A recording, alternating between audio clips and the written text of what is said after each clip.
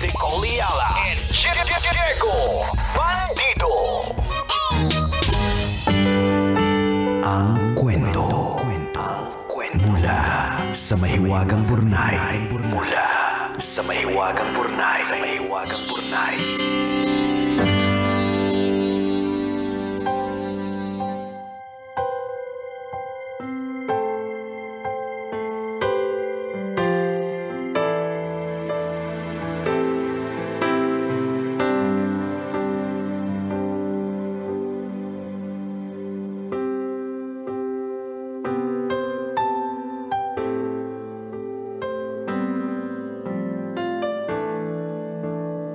Dear Nicole and Diego, itago niyo na lang po ako sa pangalang Ellen, 30 years old at isang bank employee.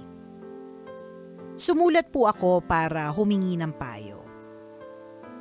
Gaya po ng mga ibang pamilya, pareho kaming nagtatrabahong mag-asawa. Isa pa lang naman po ang anak namin pero dahil maliit pa, kailangan namin ng yaya. Mabuti na lang po at may nairekomenda yung isang malayong kamag-anak namin sa probinsya. Bata po yung yaya at dalaga pa. Nung una nga po medyo kabado ko kung kaya ba niya, pero nang malaman ko na panganay at nasanay sa pag-aalaga ng maliliit na kapatid at kalaunan nag-aalaga na rin ng mga pamangkin, hindi na ako nagdalawang isip pa.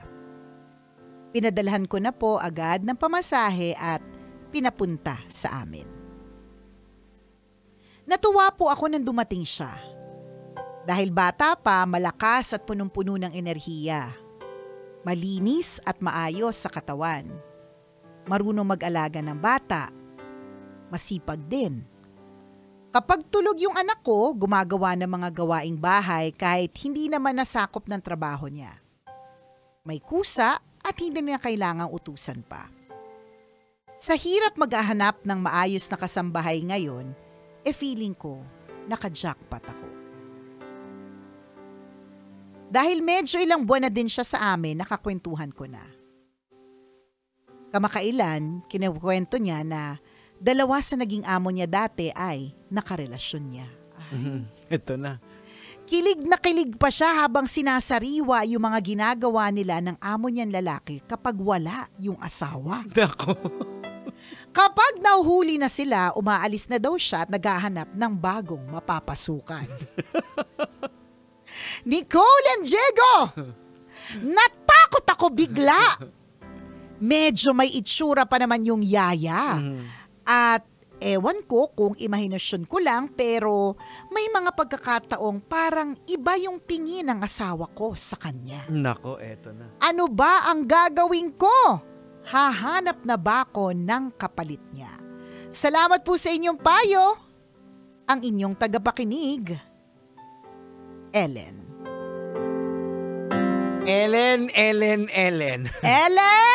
Huwag mo nang antayin umapoy pa. Umuusok na.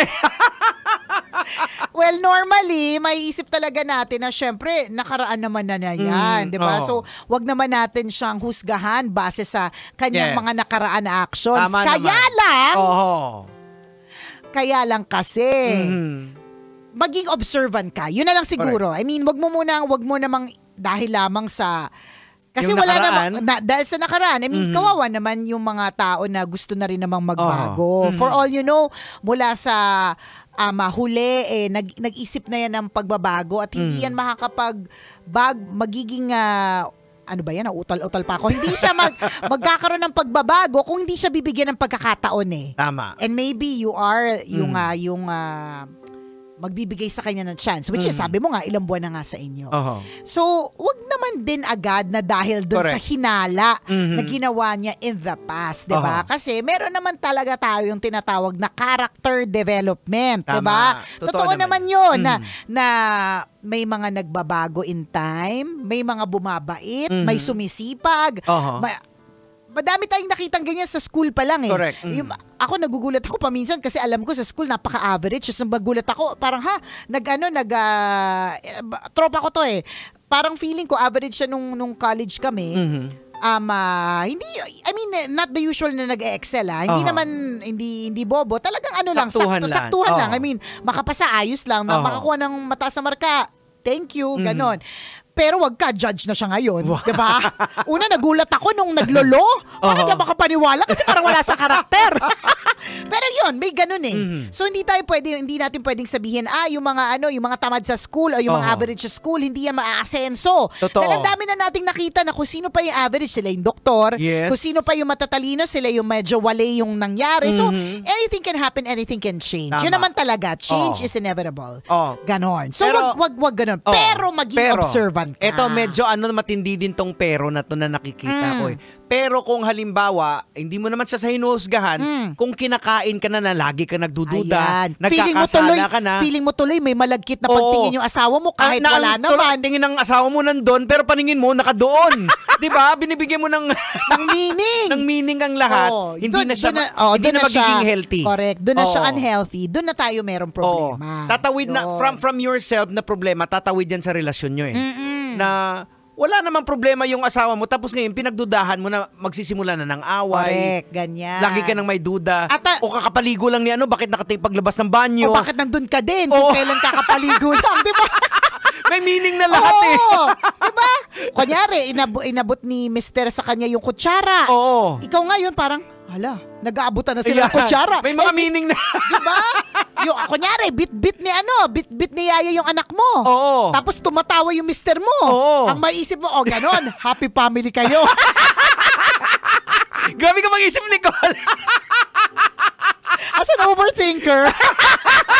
Ganon nakalayo yung mga naisip ko. Gagapang at gagapang siya So, dun tayo sa pero. I mean, hindi natin pwedeng paalasin kasi pag tinanggal mo, di ba ang weird? Halimbawa, kwentuhan mo yung kumare mo na, Kumars, pinaalis ko na pala yung kasambahay. Tapos sabi ni Kumars, bakit Kumars? Kasi dati, nilandi niya pala yung amo niya. Hindi siya valid Hindi. Valid na valid na hindi. Pero mas maganda din tingin ko mas maganda din na pag-usapan nila ng asawa niya. Yan. Na parang kung halimbawa may duda ka, pinangunahan mo na yung Correct. Oy, alam mo may history ng kalandian niya na. Subukan mo lang talaga. Pipit-pitin ko yung mo. Maganda na pag-usapan ninyong dalawa. Hindi lang sa'yo. ko yan! Kasabay ka sa adobo, di ba? Mabuti na din. Tsaka gusto din nating alam na yung mga decisions na ganito and some things that bother you, tama yung sinabi mo, yung trail of thought mo, Jegs. Kasi at least kasama si Mister sa decision making. And alam ni Mister yung nararamdaman mo. So ngayon, si Mister din yung pwede magproseso nito para sa'yo. Correct. Diba? Dapat yung mga ganyang klaseng issues, problema or whatever, diba? Sabay ninyong inaalam. Naiiwasan ni Mister kasi may ganyan ka palang thinking, iiwasan niya ngayon kasi baka ma-misinterpret yung kahit wala naman siyang talagang intensyon. Correct. So iiwasan niya na lang yung pagbigay ng kutsara kay o tumayo doon sa labas ng banyo, sa may banyo. Kahit sa totoo lang, kaya siya nasa labas ng banyo kasi ihina siya, di ba? Yung mga ganon. Pero, totoo ka din, Jeg, sa sinabi mo kanina na ang magiging problema dito, unhealthy na yung mismong environment. Yung correct. Ikaw mismo sa sarili mo na dati feeling kampante ka sa sarili mong bahay, biglang hindi ka kampante sa sarili mong bahay.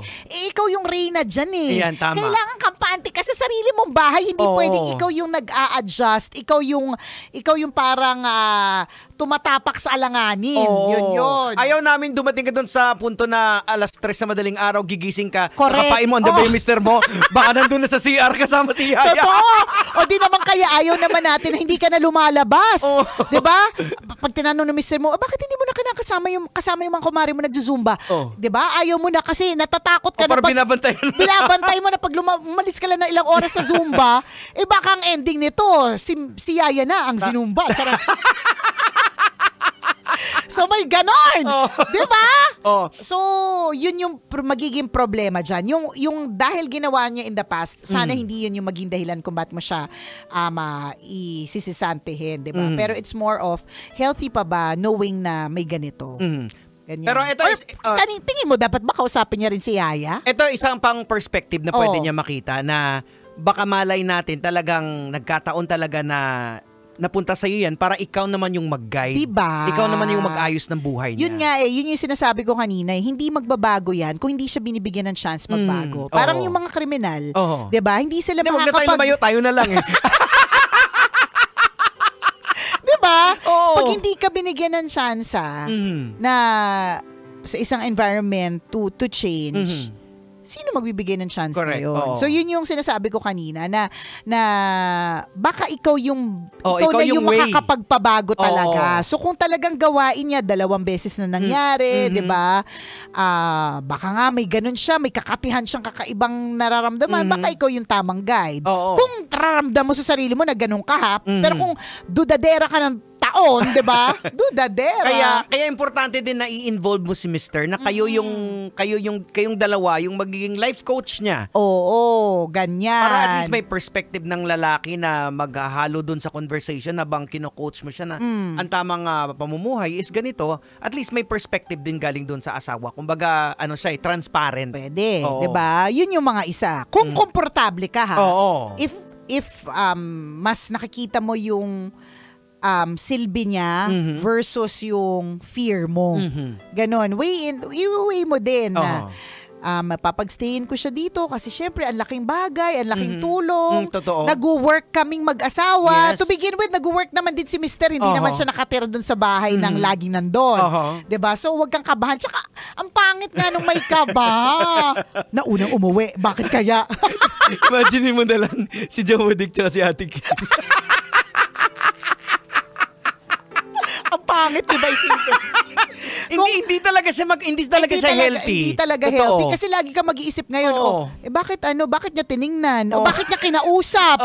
'Di ba? Parang yung pagbigay ng plastic labo, parang diba, may meaning. Ate Kim, akin na nga yung trash bag. Kasi ikaw, 'di ba, may meaning sa'yo kasi nga nagdududa ka na. Oo. So yun yung aspeto na hindi na healthy. Oo, So yan. tingin mo ba alin na mas mabigat? Yung ganyan na nagdududa ka o yung kailangan ng anak mo ng bantay? Yan. 'Di ba? So hindi So, namin alam titimbangin mo Oo, ng correct. mabuti. Kasi kami ang nakita lang namin kung ano lang kwento mo. Oo, So hindi yan. naman din namin alam talaga. Meron ding factor dito, Jegs, yung asawa mo. Ano din ba yung history ni Mister? Yan, oo. I think hindi namin alam. Hindi natin alam, 'di ba? Oo. Ano ba ito? Baka may din dati. Weakness niya ba yung mga ganyan? May bahid. Oo, 'di ba? Baka may ganon. Oo. O 'di ba? Kasi natin ikaw nga masabi. babae, 'di ba? Na-appreciate mo na maganda, may dating. Paano pa yung lalaki? Kaya nga, Diba? 'di ba? Yung Oo. mga ganyan. So Tapos si Mr. halimbawa, medyo pagod lang sa trabaho, nag-shot lang ng alak. Oo, 'di ba? May meaning na sa'yo. Totoo. Lahat na lang may meaning. So yun yung hindi healthy. O yung pupunahin mo yung damit ni bakit may parang bakit parang masyado nagpakita ng Yan, balat, oo. 'di ba? Sa totoo lang si Yaya simula nung dumating diyan tumaba. So yung mga damit medyo umiksi, 'di ba? Wala naman siyang meaning kay Yaya, 'di ba? Oo. Nagkaroon lang talaga, may bahid lang talaga kasi in the past ganun. Doon lang ako dun sa part na syempre lang namang porke ganun yung Oo. naging nakaraan, lagi Correct. tayong hindi na lang natin bigyan ng chance yan kasi ganyan yan eh, 'di ba? Unfair naman yan. Unfair At naman hindi din siya, yun. Hindi siya maganda talaga. Hindi rin maganda, Oo. 'di ba? Pero may factor din yung sinasabi ni Jegs na healthy pa ba? Kung lagi ka namang nagdududa. Ayan. Hindi kami sure kung nakatulong kami. Basta ang gusto lang namin talagang sabihin sa'yo is weigh the consequences. Weigh the pros Lalo and naguluhan cons. si Ellie nakagano na. Sabi ni, siguro itong si naisip niya, hindi ko nga naisip yung mga naisip na ng mga senaryo eh. Ngayon tuloy, babalikan niya, oo nga, no? Inabot yung trash bag. Nag-aabang nga sa labas sa CR. Noong mga oras ba tulog ako, tulog din ba yung asawa ko sa tabi ko? Oo, di ba? Yung mga ganon. Ayaw naman natin. Oo, yan. Ayaw naman natin ng ganon. Kasi ultimately, ang gusto natin na maging maayos ang relationship ninyong mag-asawa. Kaya ang pinaka-importante sa lahat talaga, itong nararamdaman mo, sabihin mo sa asawa. Correct. Kayo diba? dalawa, dapat dinidiscuss siya eh. Oo. Para at least alam din ng asawa mo na na may ganun na mabother ka. So ngayon, magiging option din ni Mister na since it bothers you so much, edi tutulong siya sa paghahanap ng panibagong kapalit. Just in case, valid naman kung talagang hindi ka na mapakali. I think valid na reason yun na hindi na healthy or whatever, di ba? Or didistansya si Mister para hindi lang ma-amplify Pwede din. yung ano mo, baka pag ganun, lumipas at mawala na, and then bumalik kayo sa normal. Normal. Diba? Hindi natin masasabi talaga eh. Wala kami dun sa sitwasyon eh. Tira kami dyan mga 10 days. mga 5 days. Tingin ko ganun. nagwo-walling na to siya. Anong pinagsasabi nitong dalawa? Lalo ako naguluhan. Lalo ako na-stress. Sabi niya. Diba? Ang daming stages na na-unlock. Oo nga, ano? Oo nga, ano? Lahat pwede posibleng may meaning. Oo. Diba? Ano pa naman tayo kapag pagdating sa mga kasama sa bahay, we also want them to be comfortable. Diba? At dapat po yun isang pagpapaalala sa lahat ng mga amo na may mga kasama po sa bahay. Lalong-lalo na yung mga nagbabantay na mga anak po ninyo. So isipin po ninyo, napaka-importante ng mga anak ninyo sa buhay ninyo. Natin, diba? Treasures natin ng mga kids natin. So, those people who take care of our kids, it's important that we also take care of them. Parte na po sila ng pamilya. Kaya nga kasambahay kasama sa bahay. Hindi diba? alila, hindi muchacha. Correct. Yun dati, di ba, ng mga term? Aliping sa gigilid. Di ba? Ay, hindi ganon. So, it's important na bigyan natin sila ng, on the other hand, ng tamang atensyon. Tama. At nararapat na komportable din sila. Ayun na nga ang problema. Gusto lang ni Mister na maging komportable kasi syempre, sabi nga natin, ay inaalagaan niya anak ko eh. Di syempre, dapat lagi siyang busog. Ngayon, nagdududa ka na kaya pala binubusog. Yung mister mo na lagi namang wala naman shirtless naman sa bahay. May meaning na yun. Ba't lagi kang nagpapakita ng abs ngayon? O di naman kaya, biglang isang araw si Mister ang dami nating in-unlock, no? Fears unlocked. nakatulong ba tayo? Hindi ko sure. Kaya hindi ko rin maintindihan minsan kung bakit sa amin talaga kayo humihingi ng advice. Kasi sa totoo lang, di kami sure. Ay, nako. Basta ang importante, maging healthy pa rin ang relationship within the household. Correct. Talk to your husband, Yes. di ba? And at the same time, wag naman na agad-agad i-judge si ate mo, girl. Malay mo, nagbabago na. Oras natin, 1:39. Ako pong kumikinang na ulo, Diego Bandido. At akong kumikinang ina mo, Nicole Liala. Kailangan pa bang i-memorize yan? Basic!